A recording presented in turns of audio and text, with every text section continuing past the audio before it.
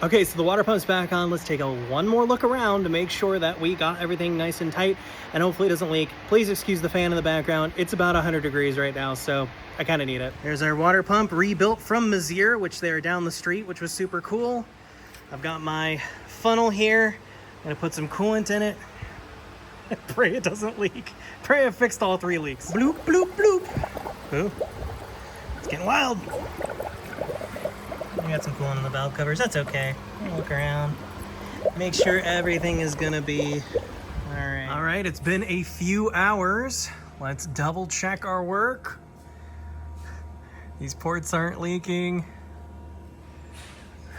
You can see where I wrote in Sharpie leak and pointed before, but I TIG welded that up. Let's see, bone dry. And then right here, our water pump. Let's see. Bone dry, very nice. Nice work, Mazier, rebuilding that.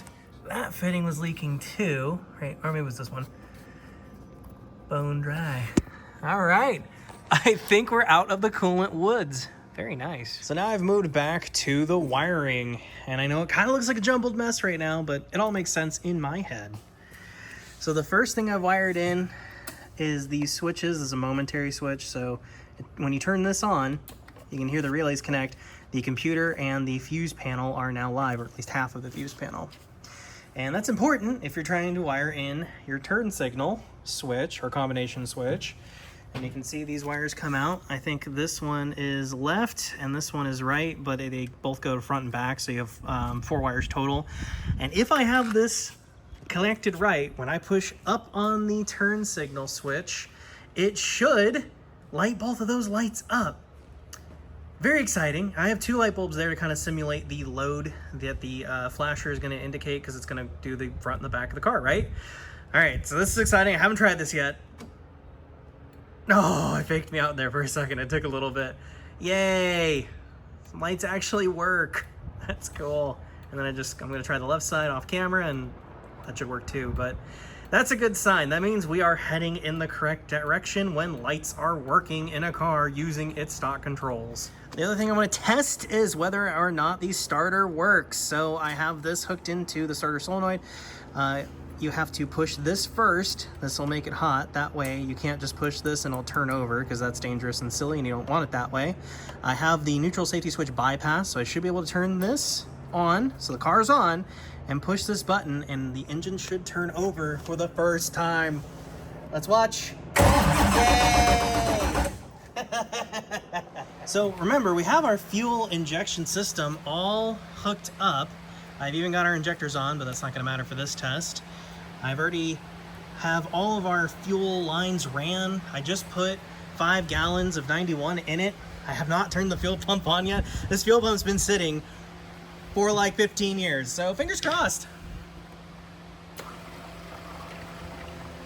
I think I hear something. We have fuel pressure. That's a good sign.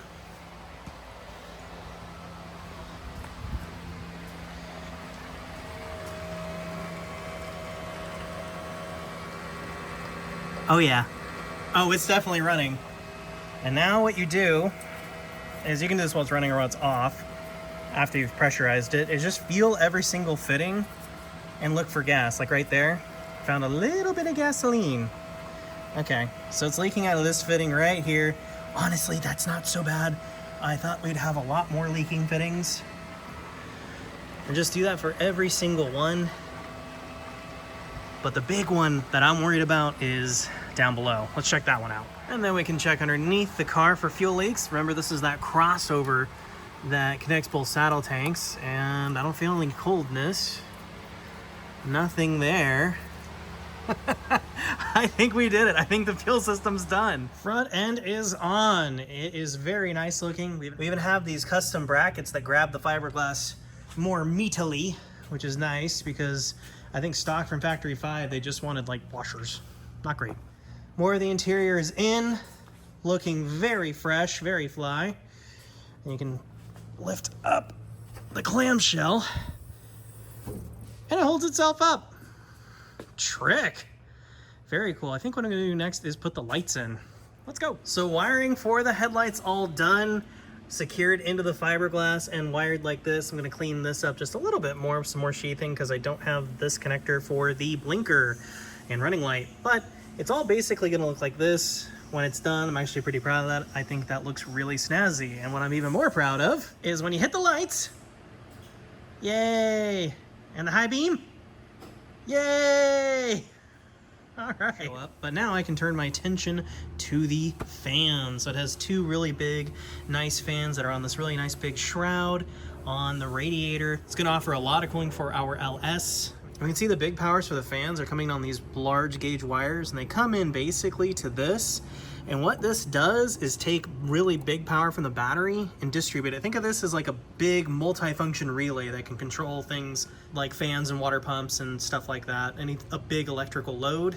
So it's just basically like a big relay junction box. Anyway, so those come together right here onto this wire, and then eventually lead into the car. And when I touch it to ground, it should connect, turning the fans on. Yay! Pretty cool. Now, normally in like a regular passenger car, you would more likely than not wire these so at like 180 this one clicks on, and like 220 maybe this one clicks on, or something like that. But since this is basically a track car, when it gets hot, which is going to do pretty much immediately, you're going to want both fans on right away. So that's why it's wired like that. And it's going over here because I'm going to go ahead and put it in one of the pins for the ECU that I have mounted here. That'll just connect the ground and shunt the relay. The relay turns on, feeds big power to the fans, and the cooling system is all done. So there's what the front looks like with the headlights on. Yeah, and the running lights. That looks pretty snazzy. All I want to do for the wiring on the back is just kind of tuck that together, and then this is pretty darn good. So that's what it'd look like with the front hood down and the lights on. Yeah, it looks pretty cool. Now I just gotta wire up the fog lights. So further on the wiring, this is actually the wiring harness for the coils that comes out of the Holley wiring harness, and it's not quite long enough to reach, but I did have a sub harness that I just soldered in, so I just have to do that for both sides. I've already got this one done, and don't worry, I'm gonna wire wrap everything so it looks nice and tidy like this at the very end. Yeah, that's what that looks like. Here's what I have yet to solder. You can see I've started, but I haven't finished just yet because the other part of that equation's right here. So I have a little more soldering to do, but you know, honestly, not bad. I thought it was gonna be a lot. I thought it was gonna be a lot more than this. It's not that bad. You can even see this wiring harness I made coming back for the knock sensor and the crank reluctor wheel sensor. It's behind the starter here. And then this knock sensor too, as well as the oil pressure sender. So everything on the bottom of the engine is already wired, and I just have to do the top, and everything will be just fine. So I'm gonna go ahead and wire the even side coils. So, all wired up, really not bad. The only wire that was a little tricky is this red one. It actually goes into green. All the other colors match up just fine. And I took note of that when I did these, and you'll notice that all of them match up except for the bottom ones. And I did this for both sides. The red goes into green. So that's the only thing you need to know if you're trying to connect sub harnesses together. What you do is you just match the pins to pins and don't go off the colors of the wires. So if you ever wondered how to wire in a different harness into a wiring harness, that's how you do it. With that, the wiring to make the engine run is all done. All of the sensors, all of the injectors, all of the coil packs, everything is wired up and ready to rock. However, you'll notice we're missing something kind of important. Our Holley Dominator ECU. I just got off the phone with Holley for like an hour trying to troubleshoot and get it to work, but they said that there's nothing they can do and the ECM needs to be sent back to them, so I already mailed that off. Kind of a big blow, but oh well, gotta get through it, right? So I think that's the end of this GTM episode. We got a lot done: clamshell, the lights, the wiring, all the rest of it. It would be running right now in theory if the ECM worked and plugged into a laptop, which it wasn't doing. So it's kind of a bummer, but I'm not gonna let that discourage me. I'm gonna get this thing running probably in the very next episode. I hope that doesn't jinx me. Make sure you're subscribed so you don't miss it. Thank you so much for watching, and I'll see you next time. You know, with the front end on, I think this car looks really snappy. It really does look like a Ford GT.